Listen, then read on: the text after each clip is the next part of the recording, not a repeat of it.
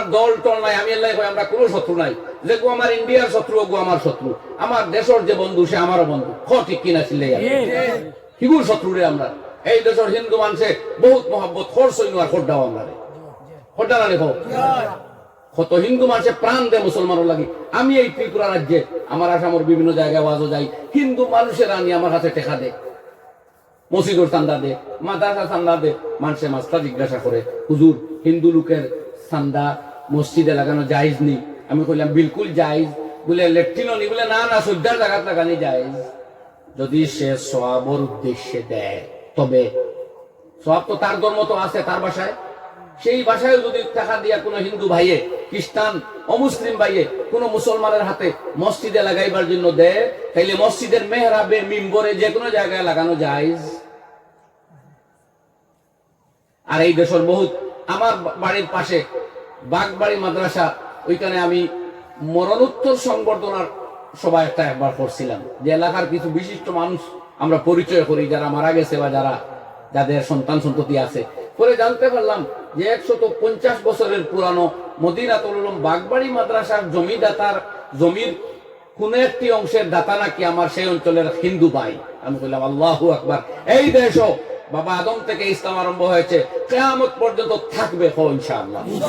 আরে যে দেশের হিন্দু মানুষে মাদ্রাসা বানাইবার মাটি দেয়, সেই দেশও ইসলাম মিটার সম্ভাবনা আছে আছে? বাদুর পেচার চামচিকার কথা কিতা হুনরে, বাদুর পেচার চামচিকার কথা কিতা হুনো? এই দেশের হিন্দু মানুষে মাদ্রাসার জায়গা দে, মসজিদও জায়গা বিক্রি করে, হ্যাঁ, নিজের নামে জায়গা লইয়া মুসলমানদের ডোনেট করে রাবো। এই জাতীয় বালা মানুষ যখন যে সময় এই দেশও আসই, তো খালা মার্কা হয়টায় দেশ নষ্ট করতে পারবা? এর লাগে কেউ খালা বনিও না, বালা বনতাম আমরা ইনশাআল্লাহ। আমি তো সেই খালাও কিন্তু ডরাই, বালা খেয়ে ডরাই না। সেই খালা এগু মুসলমান হইলেও ডরাই, যে মুসলমানের টেকা বানায় এগু ডরাই, যে ত্রাস করে এগু ডরাই, দেশ বিরোধী কাম করে এগু ডরাই। যে হিন্দু ভাই দেশপ্রেমী, দেশের সম্প্রীতি প্রেমী, দেশের সুনাগরিক, আমি তারে ভালো ভাই মহব্বত করি, তার সাথে আমার কোনো শত্রুতা নাই ইনশাআল্লাহ।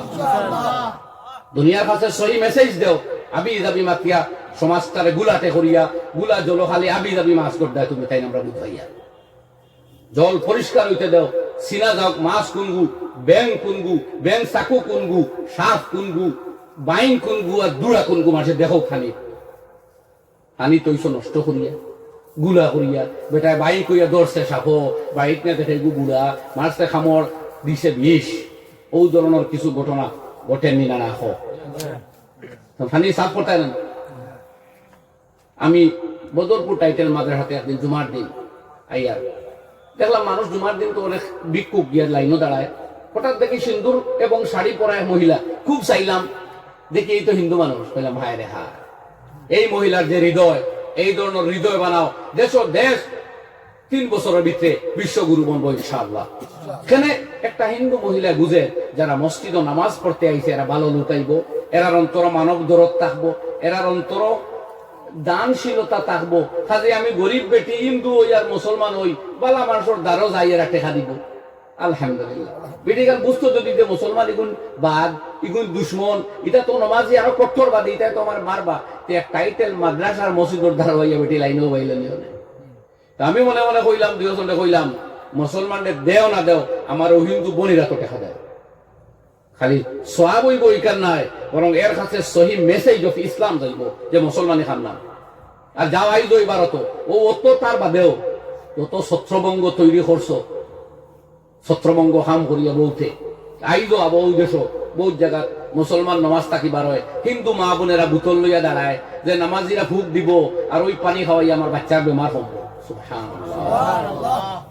এরা আমাদের দোষ, এরা আমার স্বদেশী বন্ধু, ঠিকও আমার দুশ্মন দে। আমার দুশ্মন হইল এ যে আমার দেশের দুশ্মন হোক একবার চিল্লাইয়া ঠিক লাগে দুশ্মন ছিল